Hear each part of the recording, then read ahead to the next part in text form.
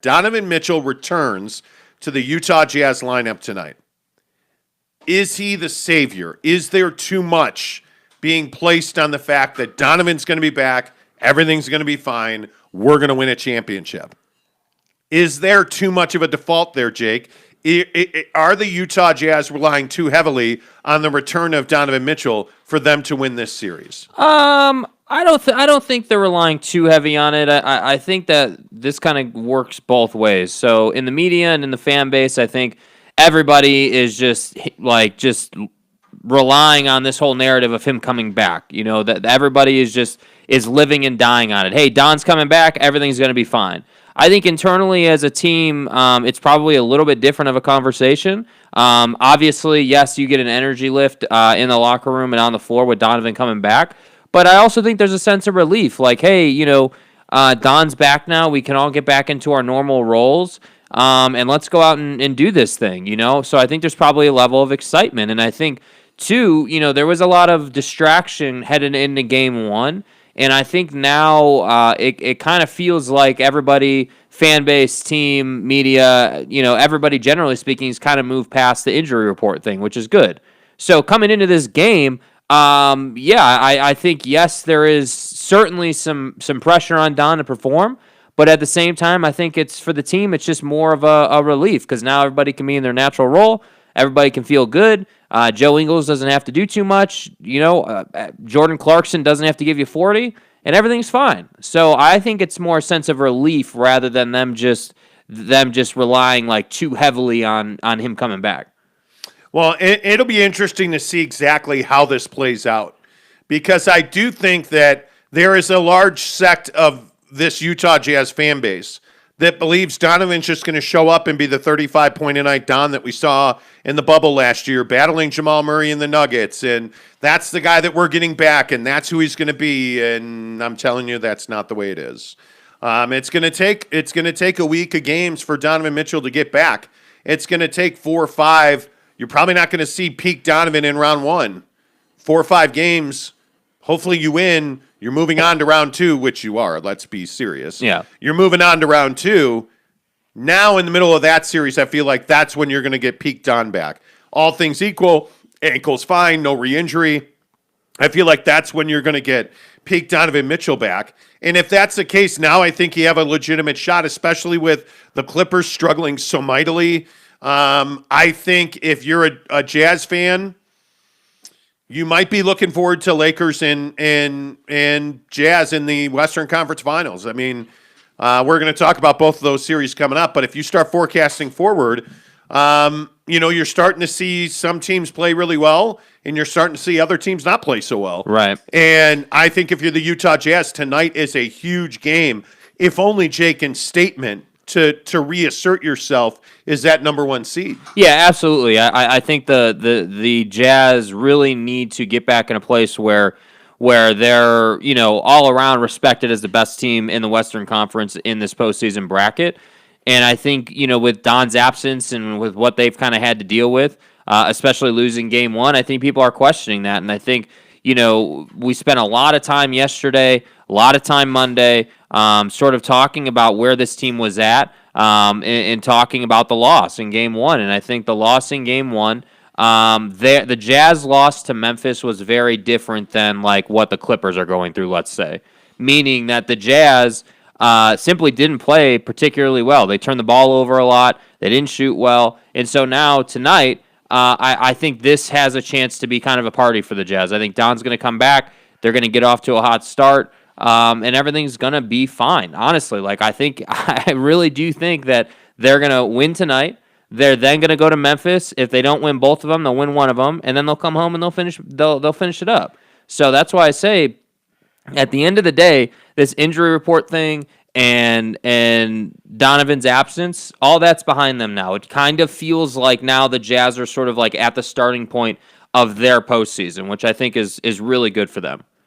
Yeah, I think it's good in the fact that it'll bring some intensity. Yeah. Because I do also think that's one of the things that was missing in Game 1. There were long stretches of Game 1 where you just felt like the Jazz were lacking intensity, and you wanted a little more heat. You wanted a little more fire out of that Jazz team, and I just think that fire and that heat is not there because you're asking guys to do things they're not capable of doing. And whether that is the NBA Sixth Man of the Year and Jordan Clarkson carrying a heavy offensive load, not just in scoring, but keeping the offense moving, well, you need him to do that, but that's not who he is. Maybe it's Joe Ingles starting at point guard. You need him to do that, but that's not who he is.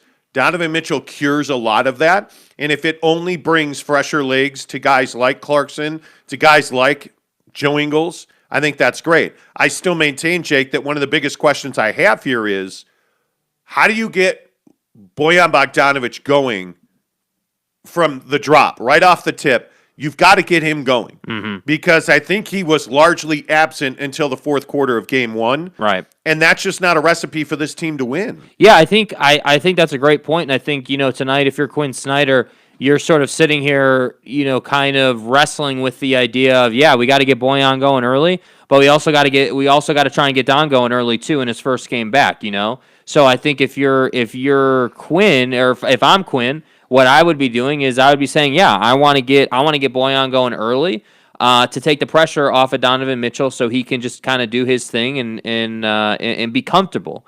And so what that looks like is, I think what that looks like is you need to create matchups for Bojan on the block where he can be physical and he can get that kind of bully ball mentality going early in this game, like we've seen. And if that happens, I think early in this game, you're going to see the Jazz control the pace of the game a lot more than they did in game one. But just as a standard baseline of like things to look for tonight, in the first probably 10 minutes of this game, number one, are the Jazz turning it over, or are they controlling the pace of the game?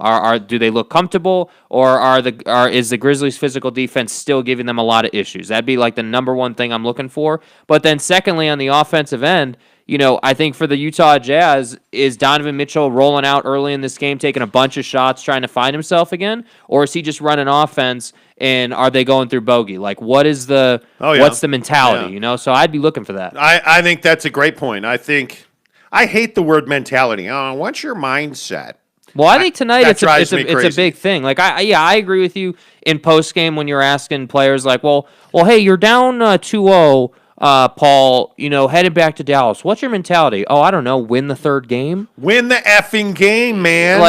But that's my mentality. Like tonight, though, I think it's a pretty real question. Like, what is the mindset headed into this game if you're Donovan Mitchell? Is it initially to get yourself going and to knock down shots and to get to the rack? Or is it to get the team going and then just find yourself as the game wears on? I really think that is two different mindsets, and I think I'm just really curious to see how that works out. Okay, so we're like 5 minutes into the show, and Cody Strickland's already melting down. Okay. Well, so wait, hold on. Before you read his comments, yes. Go ahead. First of all, Vision Gaming 2011 says, "Hey, guys." Hey, Vision Gaming. How you doing, bud? Cody Strickland says first. Uh-oh. Yeah. Then he says, shit. By seconds, I missed it. It's going to go into crisis lockdown mode here at the house. Screw it. I'm out for today. Exactly right. Good morning, Ryan Buckley. Good to see you. Austin Parkin says, are the Clippers just a colossal joke, or is Luka's mom just that good? Hey. She that hot, man. Hey. She is an incubator for basketball awesomeness. You're welcome. We got to talk about the Clippers, too. We'll get to that. Trust me, that's coming. It is. Vision Gaming says, no, I'm first. Exactly right. Cody Strickland says, going to shove 2 days missed into a few minutes. One, the Jazz clearly suck because they obviously plan on a Donovan rotation, and it looked like they was a lost soul out there without him. Two, we had a chance to win it, but with bogey, flagrant foul, and Niang foul cost us the real win. Three, everything went wrong for the Jazz and everything right for Memphis. Well, I don't know about all that. I think Memphis dictated the pace of this game with their aggressiveness on defense. I thought that was pretty clear. I think if you look at how game one played out, Dylan Brooks was in their head. There were times where he was just attacking the basketball on both ends of the floor. And I don't think we've seen a Dylan Brooks be this aggressive and finish this well in the paint, or at least I hadn't this year, in the paint the way he did against Rudy and the Jazz. That was the shocking thing. It wasn't that necessarily the offense lacked. The Jazz didn't protect the paint. They lost the points in the paint horrendously. Yeah. To me, that was the real story of game one, was that Memphis routinely got into the paint and scored. And you did it by getting Rudy in foul trouble, which, again, I think you've been saying that all year. Why teams don't attack Rudy Gobert, I don't know, man. You see the benefits. If you're the Grizzlies and Rudy's in early foul trouble, if let's say that Rudy were to pick up 3 and there's still 10 minutes left in the second quarter, I mean, that's a huge deal. You're talking about 10 minutes where Rudy's not in the game, where you can just get after it. And by the way, I'd also point out that you have been saying all season long that in the games that the Jazz lose, they lose the point in the paint battle. And to be clear, that's not a direct criticism of Rudy Gobert. Yes, that is a large part of his responsibility. But against a team like Memphis, that is a team stat. That's not just on Rudy. And I think Memphis did a great job, and this is going to be an adjustment for the Jazz, but Memphis did a great job forcing their way into the paint and bringing this like physical brand of basketball. You've got guys like Kyle Anderson and Dylan Brooks and obviously Ja Morant just getting into the paint and committing and forcing the Jazz to commit physical fouls. Yeah. And I think you see the benefits of that through the game as it went on. Well, defense is a team sport. Yeah. And I think a lot of people put the defense of this team on Rudy Gobert, but it does not work for this Jazz team to simply say, well, we're just going to let everybody get into the paint because Rudy's a rim protector. That's cool. He's going to win Defensive Player of the Year again, but that doesn't win you a championship. What wins you a championship is good perimeter defense and a team effort to keep guys out of the paint. That's what wins you. That's what great defense in today's NBA is. Whether you want it to be or not, that is what it is. Mm-hmm. And this team is predicated on guys who are not athletic defending the perimeter. And again, I don't mean to be redundant. I know I've talked about this all season, but this team is going to win and lose a championship with perimeter defense on both ends, right? If they're unable to break down pressure at the three-point stripe offensively and still shoot and make those threes, this team's not going to win. If Donovan Mitchell is not healthy and doesn't penetrate, get into the paint, and drive and kick or finish, this team's not going to win. And so that's why tonight is so important. And one of the commenters said, I think it was James Knight, said about, do I think that fans really believe Donovan's going to score 35 tonight? Yeah, I do. Yeah. I do. I think there are a lot of Jazz fans who are like, oh, he's been resting for like 6 weeks. Yeah. What's he got to do? Well, what he's got to do is he's been recovering from what now we know is a severe ankle injury. And I do think fans believe he's going to show up at the Viv tonight and he's going to drop 30 points. What do you think is realistic? I mean, certainly 20. I think there's Donovan Mitchell on one leg can score 20 points in a game. Yeah. The question is, will he feel a need to play hero ball?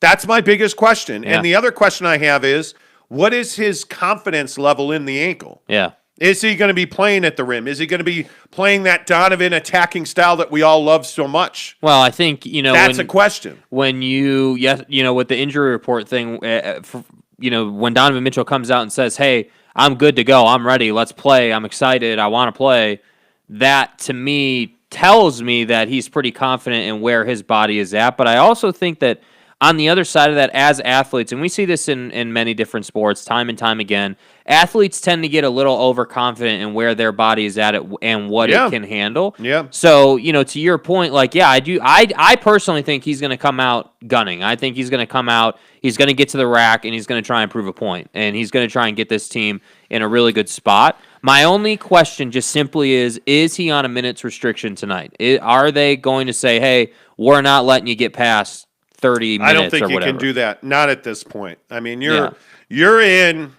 Look, I'm not trying to be like doomsday sayer, but you're in a must-win here. Mm-hmm. You cannot go down 0-2 to Memphis. Teams that go down 0-2 in the first round don't historically win series. This is a code 10 abort. And I again have all the faith in the world. Maybe I put too much faith in this Jazz team. Uh-huh. I still think they're going to win the series in 5. And what makes you say that? Like in your head, like what do you feel like is going to happen? Because I think when Donovan Mitchell returns to the lineup and he plays a full complement of minutes, 30 or more minutes, it reduces everybody else's ability to impact the game. And his impact on the game at that point is significant. And again, I'm not trying to knock Jordan Clarkson. He's just the best example I have of this.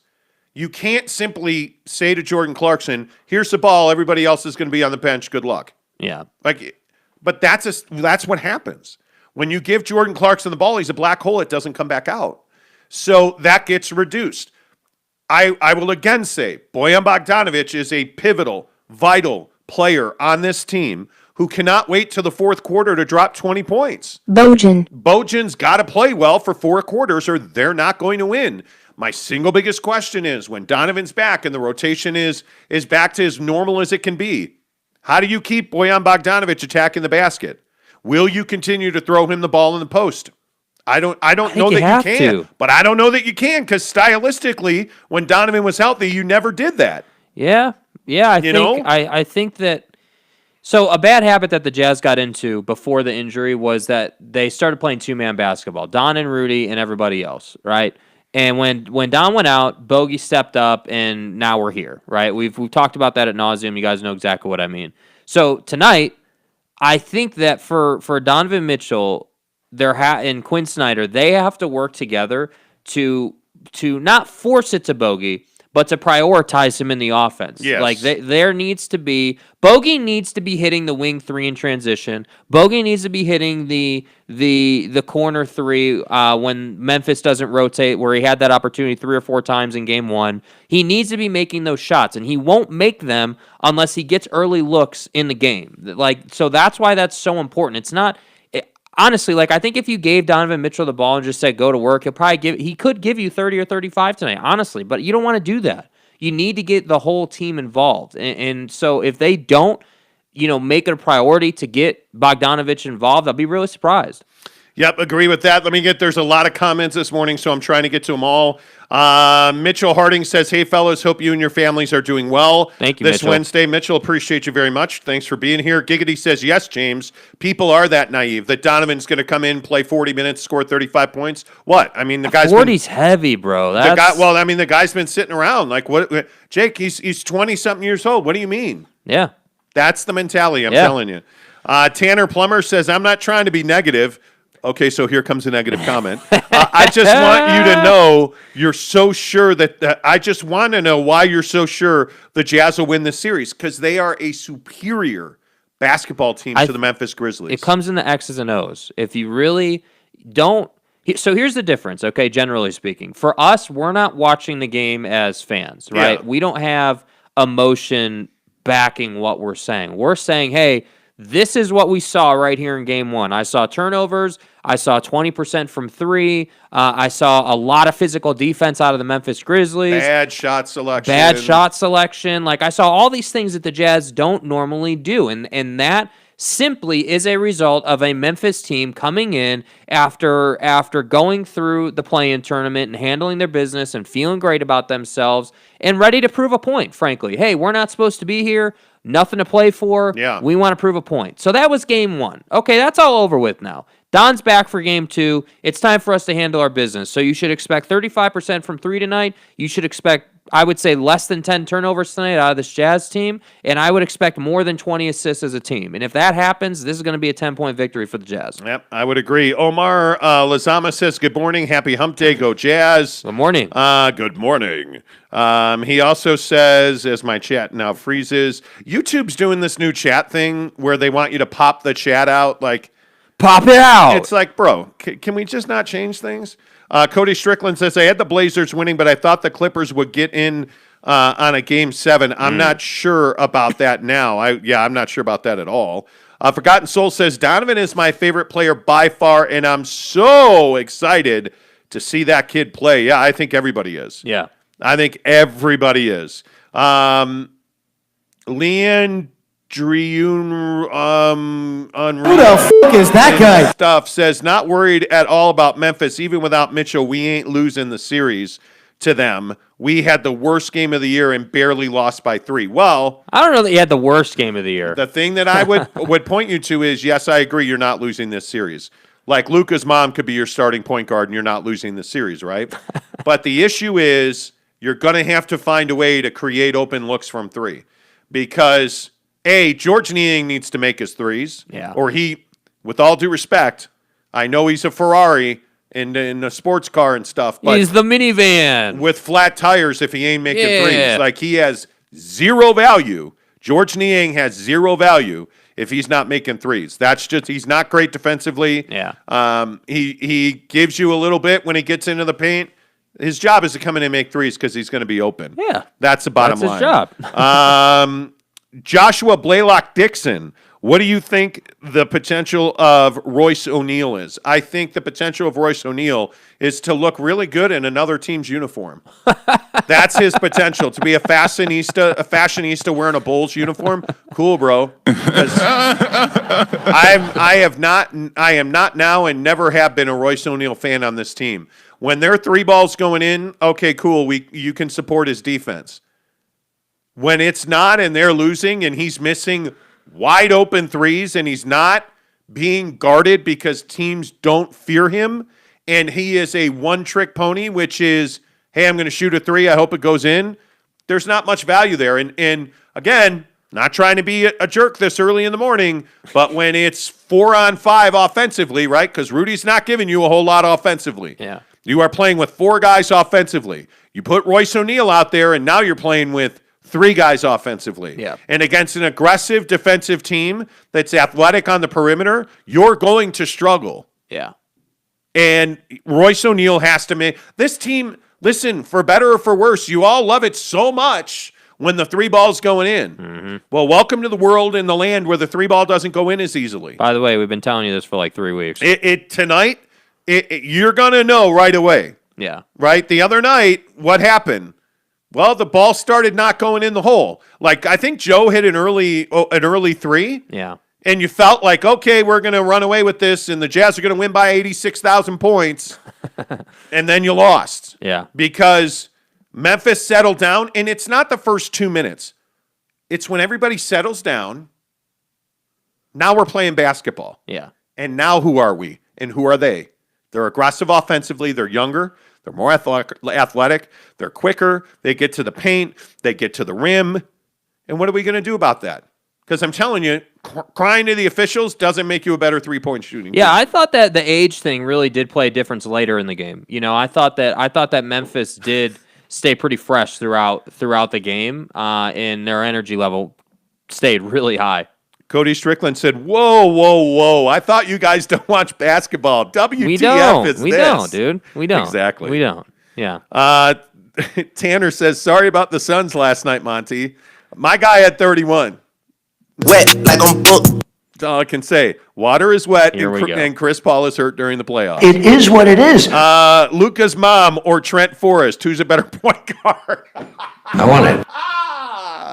Love that, Mitchell Harding. Forgotten Soul says Luca's mom's the better point guard. We're getting somewhere. Exactly right. Tanner says the three-point reliant offense never works in the playoffs. Well, except for the Warriors. But you're not the Warriors. Yeah. And by the way, Steph Curry is the greatest shooter of all time, so not sure you want to compare yourself to him. Joshua Blaylock-Dixon, jingle phobia. What does that mean? Well, there's a phobia of jingles. Well, But like if you're the Grizzlies or who? What do you mean? Well, it's not the Grizzlies. I can tell you, ain't nothing to be scared of there. James Knight is probably absolutely losing his mind right now. James Knight says Bogdanovich is primarily a catch-and-shoot player. James. God, Bro, if you are out there, do you even watch Jazz games? please get on a plane, God, and go to Australia and help James Knight.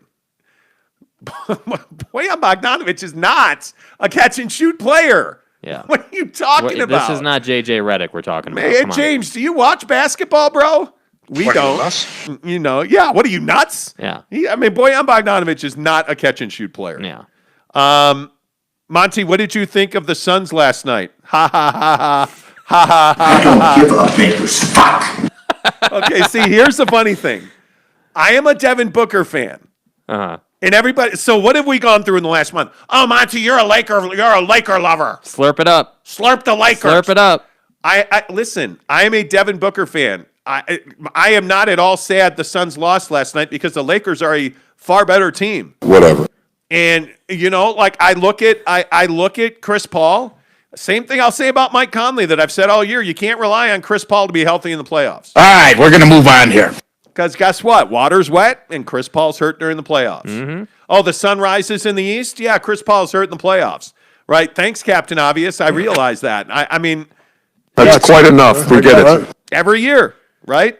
Brandon Whiteside, good morning to you. He says, Jazz medical staff miraculously approved Mitchell. What type of treatments did he get from Sunday to Wednesday? Heads need to roll on that medical staff. Truth. Well, and there was another interesting, somebody tweeted me, I can't remember, I think it was Tyler, who said, if the Clippers blow it up, what do the Jazz do if they lose? They won't blow it up. They That's won't. not who they are. But again, no. It's not who they are. But this is not who the Jazz have always been. You have a new owner. I don't want to hear the new owner stuff. You had a new owner at the trade deadline. Did anything happen? No. Nope. No. I don't know. I think if this team doesn't win, I'd start looking at Dennis Lindsey. Well, I wouldn't be at some looking at point Quin you have Snyder. to. I'd be looking at the front office. Yeah. This is Dennis Lindsey's boat, right? And Yeah, it is. It is. And there's a bunch of holes in it. Yeah. I watched Deadliest Catch. I know how dangerous that is. Right, And yeah. my point is that the bow is taking on water of this You and ship. your mom are hillbillies. I'm going to stop. People are probably getting upset. I was surprised by how close that Suns-Lakers game was, even with a hurt CP, Anthony McCoy says. I am not. I think LeBron is still trying to find his game, and I think what you saw last night, it's almost like the Incredible Hulk tearing off his shirt. Like he's still stuck with part of it, like he just ain't got no dexterity to get it off, right? Well, Right. LeBron is finally breaking out, and you can see the Suns don't believe that LeBron can hit threes consistently until last night when he started hitting threes consistently, right? Yeah. And going to the basket and catching an alley-oop and landing on the bad ankle and hitting ridiculous baseline fades. And I'm telling you that Anthony Davis and LeBron James have not been very good for the last 2 weeks. And it's not been a secret. Like, we watched them struggle mightily against the Warriors. We watched them struggle mightily and lose to the Suns. When LeBron James and Anthony Davis play the way they played last night, this is the best team in basketball. Yeah. Bar none, including the Brooklyn Nets, who I thought went off last night against a really bad Boston team. But again, I think the Nets are a perfect example of who the Jazz need to be tonight. I don't care who's on the other bench. Yeah. I don't care. The Brooklyn Nets don't care that Jaylen Brown's out for the year. They don't care that Kevin Durant intentionally poked Jason Tatum in the eye to get him out of the game. It wasn't intentional. But they don't care that Jason Tatum went out. They're trying to get Kyrie, James Harden, and Kevin Durant on the floor at the same time playing together. Yeah. And what happens? You're playing pinball with the basketball. The ball doesn't stop moving. Joe Harris is getting open looks at threes. Blake Griffin's getting dunks. Like, that's the best team in the NBA today. Right? Like, when the Nets play that kind of basketball, it's over. Yeah. And when the Jazz play their best basketball, it's over. Yep. When the Lakers play their best basketball, they're unguardable. Yep. They're unguardable. And LeBron continuing to scream at KCP to shoot the ball. Yeah. Cantavius Caldwell-Pope is in a terrible shooting slump. Yeah, he was a brick machine last night. Just terrible. And LeBron, you can see LeBron continuing to go over to him. Don't stop. Don't stop. Keep shooting. Keep shooting. Like, there was that one play where KCP passed up an open three and LeBron yelled at him mid-play to shoot the ball. Like, that's where this team is at. They're fighting it a little bit. By the way, I would still trade his ass, but I thought it was interesting that the $13 million man, Kyle Kuzma, actually showed up. Yeah, must be nice. And made some plays for the Lakers. Yeah. So, Omar Lazama says, you guys are laughing my ass off. Okay, good. I wish mine would be laughed off. Mitchell Harding says, okay, better question. Mike James or Luka's mom? The Rack Attack! I'm not the Rack Attack is right with Luka's mom. I'm taking nobody. Dazzle! Hey, baby. I'm not taking anybody to start at point over Luka's mom. Josh Blaylock Dixon says, I want Iguodala. Man, that guy's a shot maker. Listen, I think, how good is Devin Booker right now? Because I think this is a conversation. A couple people in the comments are asking about, that, like, the Suns game. So right. Where are you at with Devin Booker? He drops 31. They lose last night. Yeah. But I thought he played really well, especially 2, 3, and fourth quarter. Yeah, I think he's pulling his weight. I mean, he's 30+ in both games. What else is the guy supposed to do? I thought, if you're looking for a criticism, I felt like early in the game he committed a couple really stupid turnovers that I'm not really sure what he was trying to do. He was trying to force the ball. Yeah, and I think, and this happens to a lot of great scorers in the game. They get too passive. Last night I wanted him. There were multiple times in the first quarter where I was like, look, dude, like your team has turned it over a few times here, and to no fault of your own. A couple of those turnovers had nothing to do with Devin Booker, but then he's turning it over too. And I'm just telling him, like, I was literally saying to myself, like, dude, Chris Paul's not 100%. Go and put the ball in the hole. Run some pick and roll. Get your mid-range going, and that's it, And I felt like he was a bit too passive early in the game. That said, he's still going out and giving you more than 30 points a game. He's still going out and giving you assists. He's still going out and doing everything that you want him to do. And so, on a night again where he did not shoot well. Yeah, so he struggled.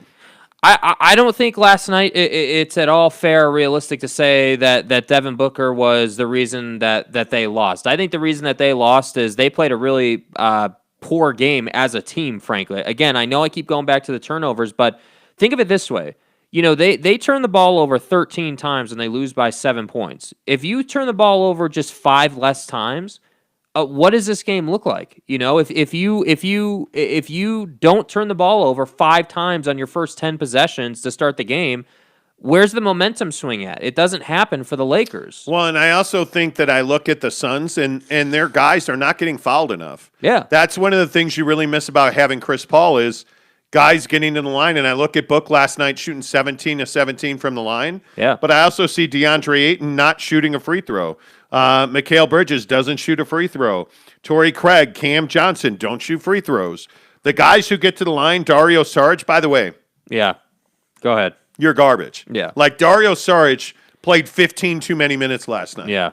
He is can't catch the ball, committing stupid fouls. 2 turnovers in 15 minutes. Brutal. Is not good. But Cam Payne played an incredible game last night. 19 points, 33 minutes, 4-4 from the stripe. By the way, I thought when KCP fouled him and sent him into the stands, not really sent him into the stands, but knocked him over on the sideline and he kind of fell over at the feet of the crowd. He just got right back up and ran down the other end, which I thought was a huge sign of just like, I'm not going to get chippy with this team. We're just going to keep going, which I was pleased with. Also, by the way, one of the things we've talked about a lot on this show is home court advantages in the NBA. And I have taken a lot of heat from my contingent of Phoenix listeners. And I love everybody in Phoenix, but you've got to come around to the idea that the Suns Arena is not a home court advantage, especially when LA's in town. Did you see and hear all the Laker fans last night loud serenading LeBron James last night when he was running down the court with his arms out, and they're just screaming for LeBron James? Now, Suns fans were loud too, and clearly they were in attendance. That's not a home court advantage. Yeah. Tonight, when you wait until you see what the Jazz Arena will look like tonight, it is going to be lit, colorful, loud. Don's going to be back. That place is going to be bumping. My guess is, sure, there might be a Memphis Grizzlies fan in attendance. That's a Jazz building. It's at altitude. It's loud. Jazz fans are smart. They understand the game. Yep. That's a home court advantage. Staples Center is not a home court advantage. Look at the Clippers last night. What do you make of the LA Clippers? I mean, it's a dumpster fire. Stunned. Yeah, it's a dumpster fire. I am stunned that it is, and maybe I shouldn't be. I am stunned that it has gotten this far. That it's gotten this far out of hand for the LA Clippers. Like, I don't know how you explain this. I think it's actually pretty straightforward. I think if you watch basketball and you watch the different teams that are in the playoffs right now, I think, look at Brooklyn, right? Brooklyn has this thing where they have these 3 superstars and it's kind of everybody else. But the cool thing is they have leadership on the team. Those 3 guys work together to lead the team, and there's not really a lack of direction on the floor. I get the idea that James Harden is the glue guy. He's the glue guy. He's the guy. He's the guy. He's the man. The Nets will win or lose with James Harden. Yep. And I think his desire to give the ball up, yeah. And I know everybody's talked about this. James Harden coming to Brooklyn saying, I don't need to score 30, 35, 40 points a night. I've got 2 other guys that can pick up that slack. Yeah. I think that's an incredible step back for a guy that is arguably the best scorer in the NBA. Mm-hmm. And so I totally agree. And so comparing that situation in the Nets to what the Clippers have going on, my point is that the Clippers don't have the leadership dynamic that the Nets have. You would think that they would with Paul George and Kawhi, but they don't. Those two guys, for whatever reason, really, this is more of a Paul George thing than a Kawhi thing because Kawhi's won. He's been there. He's done that. He knows what it takes. Yes. Paul George has never been there. And Paul George, I love watching him break dudes off twice last night and do all these awesome things, but you're not a winning player right now. You have to figure out how to actually go about winning these games. Because I got news for you. If you lose this game in you lose the series in 5 games, there's a decent chance that this team is going to get lit up. This is not going to be the same old Clippers team next year. There's a decent chance that Kawhi Leonard opts out. Yeah. Well, not a decent chance.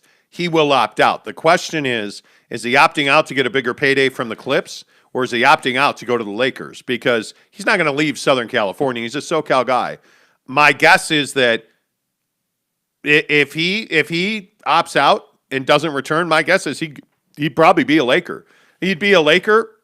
And tell me he wouldn't be a perfect fit for the Jazz. Quiet, unassuming guy. Yeah. Come on. Yeah. He would be. I think commenters on our channel would have issues with his locker room presence and the personality side of Kawhi Leonard. I think there'd be concerns there. Yeah, but how is he any different than any other guy that's played here? Gordon Hayward was never a boisterous out front guy. Gordon's not the most normal cat in the world. Yeah, if I look at, I don't know. Would you rather have a personality like Kawhi Leonard or a Rudy Gobert who constantly in media talks about the officials? Yeah, but Rudy is like their guy. I mean, he's not a free agent coming to the team. It's a different dynamic. I personally, yeah, I'd rather have Kawhi Leonard than Rudy Gobert, of course. But yeah, but I think with where it's at, and they're realistically in the real world, I just think that there would be some character fit issues on the team with Kawhi. Yeah. Jeremy Bolton says, "LOL, Kawhi to the Jazz. Jazz take pride in team chemistry." They do. I don't know. I don't know how. I don't know how you say no to Kawhi Leonard.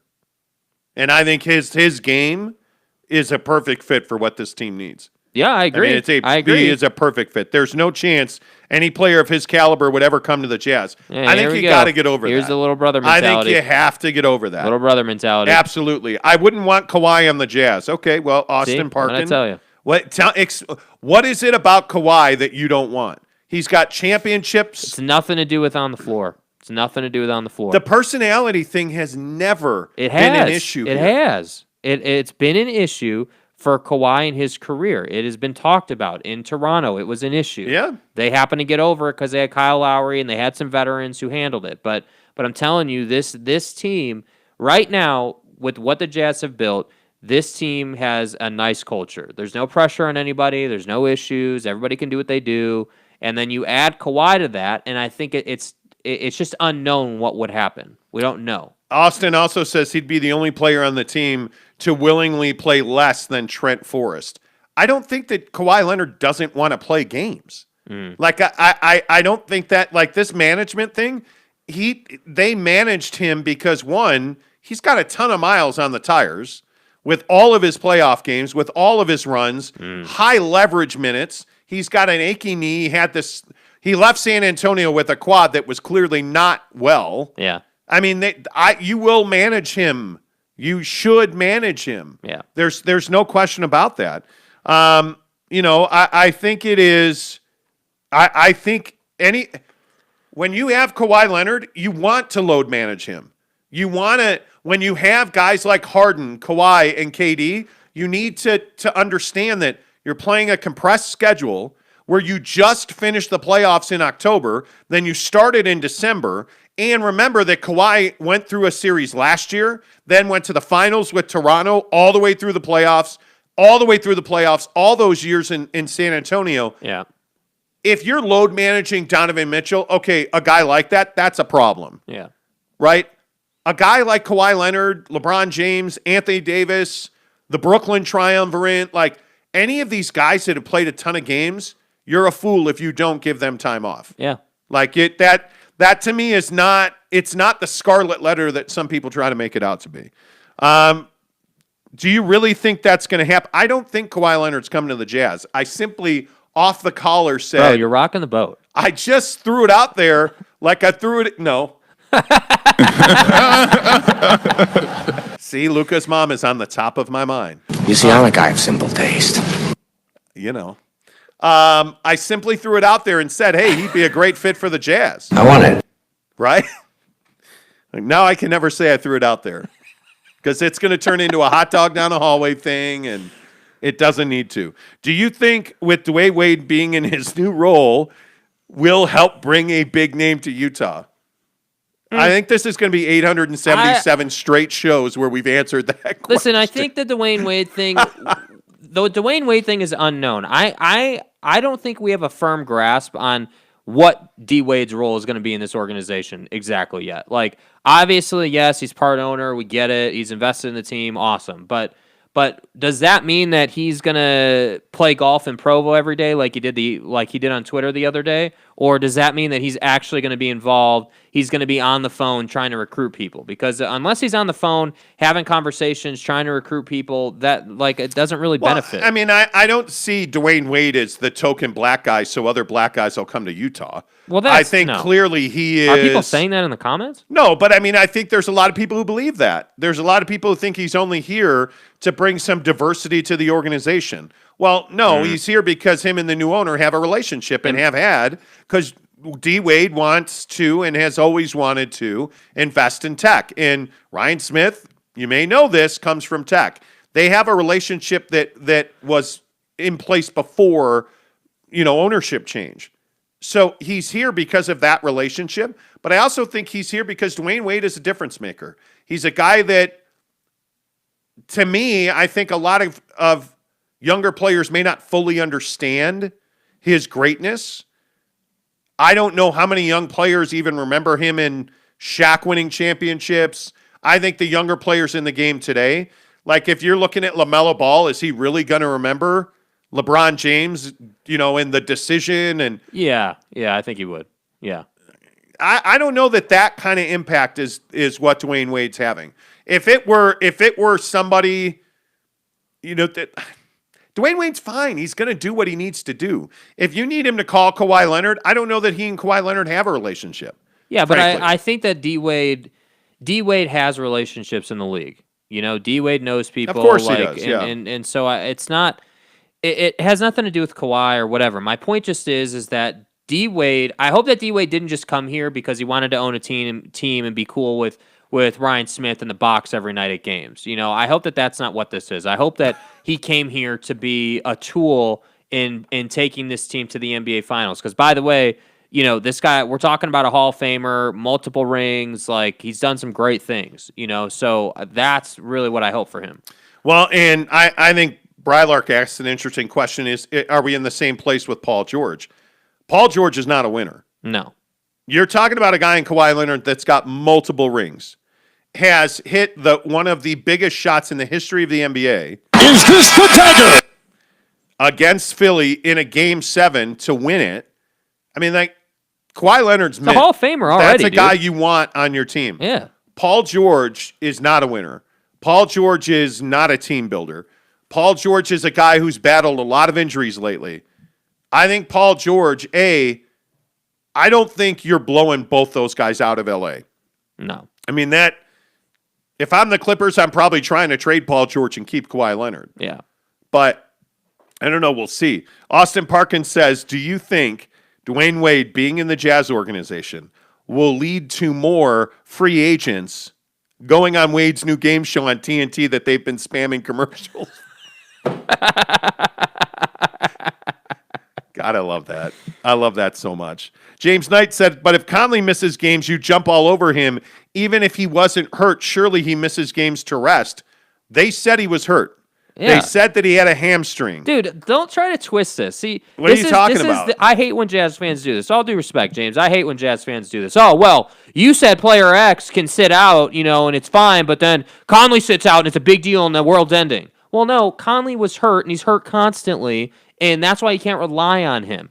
Kawhi is out because they're load managing him because, I don't know, he went about like winning championships and like being the guy that took teams to the promised land that they were never going to get to without him. So like that's why I say don't try to beat around the bush or twist the story or any of that stuff. Mike Conley is an unreliable player. Okay, you can't count on him. By the way, I'd bet money on the idea that he won't make it through the postseason. Okay, I would not be surprised on any level if he made it through this series, maybe the second round, and then got hurt in the Western Conference Finals. Wouldn't be surprised even a little bit. Kawhi Leonard, on the other hand, I'm not worried about that because he's been load managed and he's a durable player. Yeah, I don't know. Maybe I don't know a lot. What I do know is that a player's history usually dictates his future. Mm-hmm. When Chris Paul gets hurt in the playoffs, who's really surprised? Not us. Because I'm not.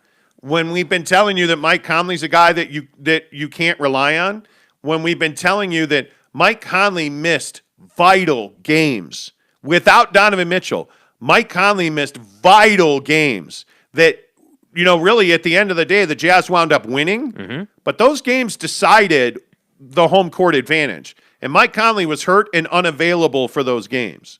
So all I'm saying is a guy's history. You know that Mike Conley is going to get hurt. You know that Chris Paul is going to get hurt. You know that there are just certain guys who you cannot count on.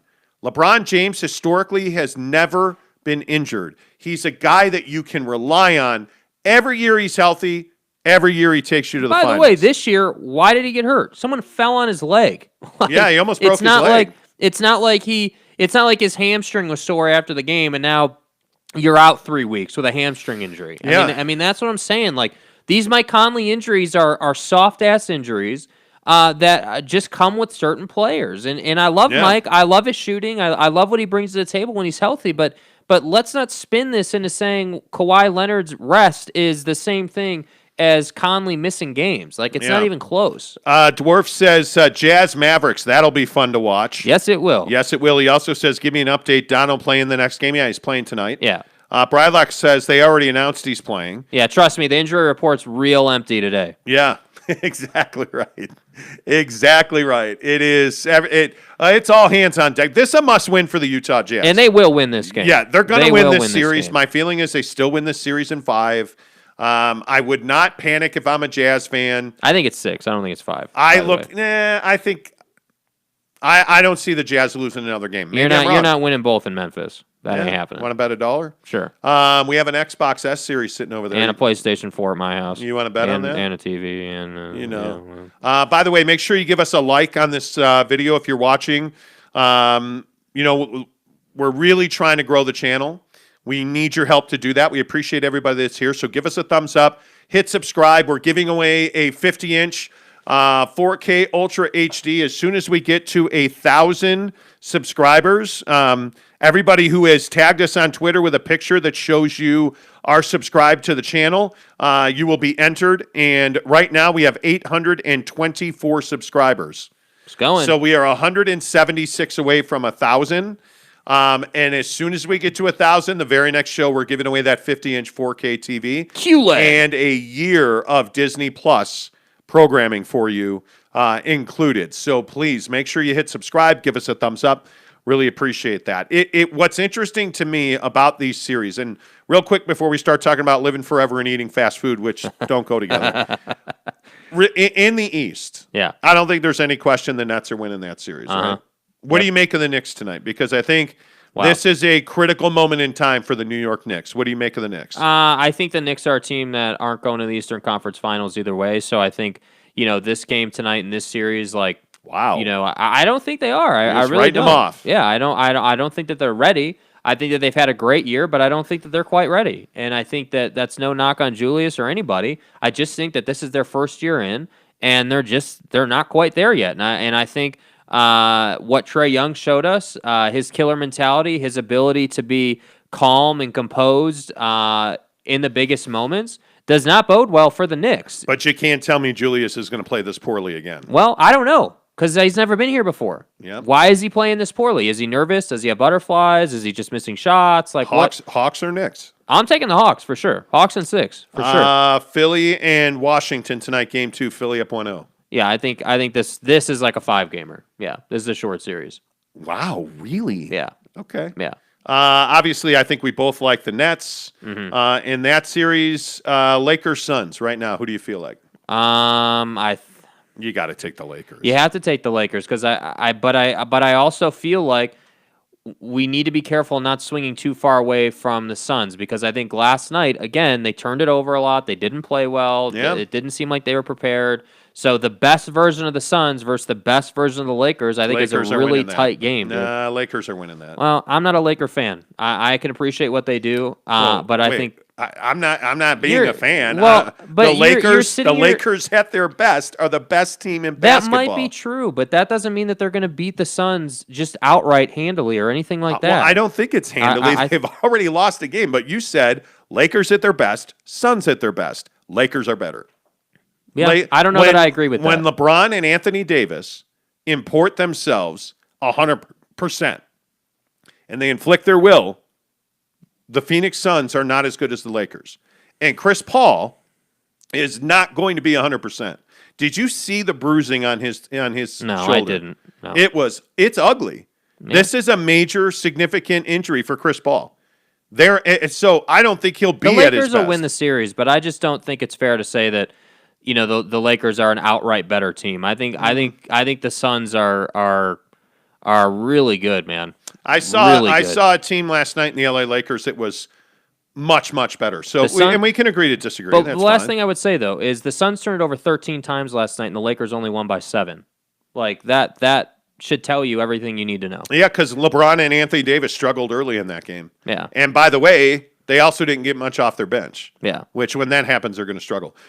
Blazers, Blazers Nuggets. I don't know what to make of this series. The Blazers, they come out, they win games they shouldn't, then they lose games that they should win. They're an unpredictable team. I love Dame.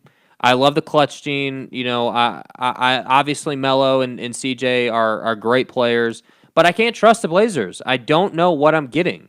Some nights they're great, other nights they're not. And so that's why I say this, out of any of the series, Eastern or Western Conference, this to me is one of the longer series because, the Nuggets not having Jamal Murray, you don't know what you're going to get out of them. Am I going to get the Nuggets that I saw when they played the Jazz and Michael Malone's just trash rotations? Mike Malone, please. Yeah, or am I going to get good rotations? Am I going to get Jokic for 30 and 15? And a dominant team. I don't know. And that's why I say this series to me, projects out to be 6 or 7 for sure. Yeah, I like the Nugs still in that series. Michael Porter Jr. He's really blossoming. Man. And he is a fun player to watch. Cody Strickland says 76ers in 6, Nets in 5, Bucks in 6, Knicks in 7. Could very well be. That was an ass kicking that the Bucks handed out to the Heat, dude. I don't know what the game plan was for the Heat there, but losing by 30, that didn't look good. That wasn't the game plan. That's not how they, drew it up. Yeah. No. Mulvanian, good morning to you. He says, can see the Jazz facing the Mavs, semis, and Nuggets in the Western Conference Finals, a potential golden opportunity. Well, I mean, if the Clippers lose that series, that's going to happen. Yeah. I need to see them lose to Dallas one more time before I can say that. I just can't fathom it. I cannot fathom that you are switching Ivica Zubac onto Luka Doncic. I just can't. I don't know. That makes Luka's mom so incredibly happy. Excellent strategy, sir. Nothing. Anyway, the point is, I can't see switching Zubac onto Doncic again. Why are you in this whole thing? And nobody seems to agree with me on this. Mm-hmm. You cannot keep switching everything. At some point, you just have to play man up. Yeah. Because Luka's not giving the ball up. Mm-hmm. So either double him or don't switch. You have one of the best defensive players on the planet in Kawhi Leonard. He should be playing Luka Doncic, dribble in and dribble out. Yeah. Enough of the switching garbage. Yeah. I just can't do awful. It. It's awful. It's free buckets is what it is. Driftwood says Suns over Lakers in 7. Excuse this little bitty post-nasal drip cough I have is going to end me, I'm telling you. Forgotten Soul says, Monty, do you know why MSG was booing Trae Young? Well, because he's very good. Yeah, that would be why. I would guess that's why. Bro, when the mayor's talking about you, you know you're good. Yeah, I agree. I don't know. Ty makes an interesting point about Devin Booker. Mm-hmm. If the Suns lose that series and he puts up 30 a game, time to move on. You think he leaves? It might not be this year or like this coming off season, but yeah, I mean, eventually, I don't want Devin Booker deserves better than to do what Dame is doing in Portland. Well, he's a superstar, Devin Booker, so he needs to be on a team that it. You're asking for trouble. You're asking for trouble, bro. Wait. I said he's a superstar, Jay. And when I woke up this morning, I was feeling pretty dangerous. We're not having this discussion. You told me all the time last week when we got into our death match over Devin Booker that people were uncomfortable. He's a superstar. And oh man, people didn't like that we were arguing. Listen, okay. Devin Booker's a superstar. Not according to anybody else. I would hit that. I'm sure you would. Let's procreate. The rack attack! I'm telling you right now, my guy is a superstar. If he's on the Lakers, if he's on the Clippers, if he's on... pick a team. Mm-hmm. If the Jazz had done what they should have done, and drafted Devin Booker, I'm telling you, he's a superstar. Yeah. And it's a matter of putting him on a team where there are guys who are as or more talented than he is. Mm-hmm. He's never had that. And he ain't got that now. Well. And Ty, I agree with you. There's a good chance he leaves. Brandon Whiteside says, Book is barely an all-star. Well, no, I mean Devin Booker, not Devontae Booker. I mean Devin Booker, the basketball player. Right. Devin Booker. Tanner Plummer says, if the Jazz lose tonight, will you guys admit that you were wrong? No, probably not. Too good looking to do that. Here's the thing.